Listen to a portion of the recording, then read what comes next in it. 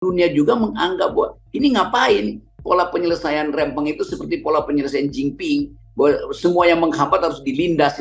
Kan itu intinya kan, itu dasarnya. Jadi bangsa ini, bangsa Indonesia seperti bangsa Melayu mengingat terus janji para pemimpin mereka itu, dan Indonesia akan dihidupkan kembali dengan satu peristiwa di Rempang, di mana orang bukan sekedar diingatkan tentang hak asasi masyarakat Melayu, tapi janji para politisi untuk penyelesaian itu, terutama Joko Widodo sebagai presiden yang meraup 80% suara di pemilu 2019 dan sekarang berupaya untuk menyingkirkan 100% masyarakat Melayu yang memilih dia.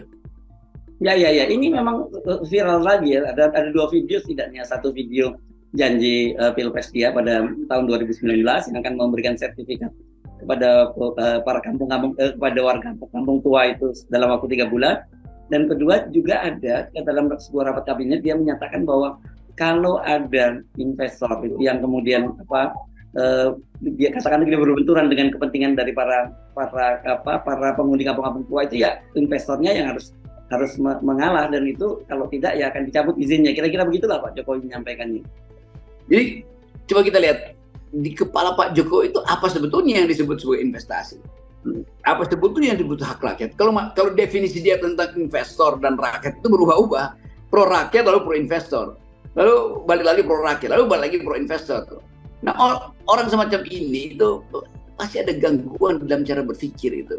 Jadi kalau kita lihat bagaimana presiden itu mengurus negara, itu orang akan lihat problem-problem yang sederhana semacam ini tidak bisa dia pastikan sebagai ketegasan. Itu dasarnya kan.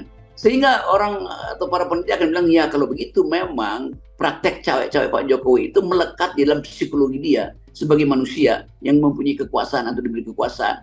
Maka kita mulai menilai dari awal, jangan-jangan memang salah kita menilai kemampuan Jokowi itu. Bahwa dia dari awal punya problem psikologi dengan janji, dan semua kasus yang menyangkut dengan soal ijazah lah, kemudian dibongkar lagi tuh soal macam-macam proteksi pada dinastinya tuh. Jadi kelihatannya Jokowi akhirnya jadi objek penelitian psikologi, kan itu dasarnya kan.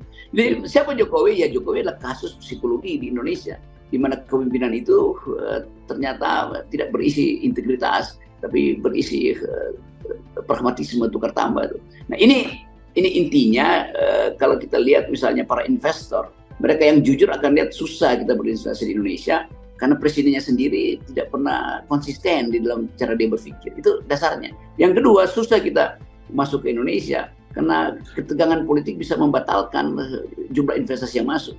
Jadi bayangkan kalau pemilunya gagal, atau bayangkan kalau janji Presiden Jokowi untuk memberi sinyal bahwa Indonesia dalam keadaan stabil, maka silakan investor masuk.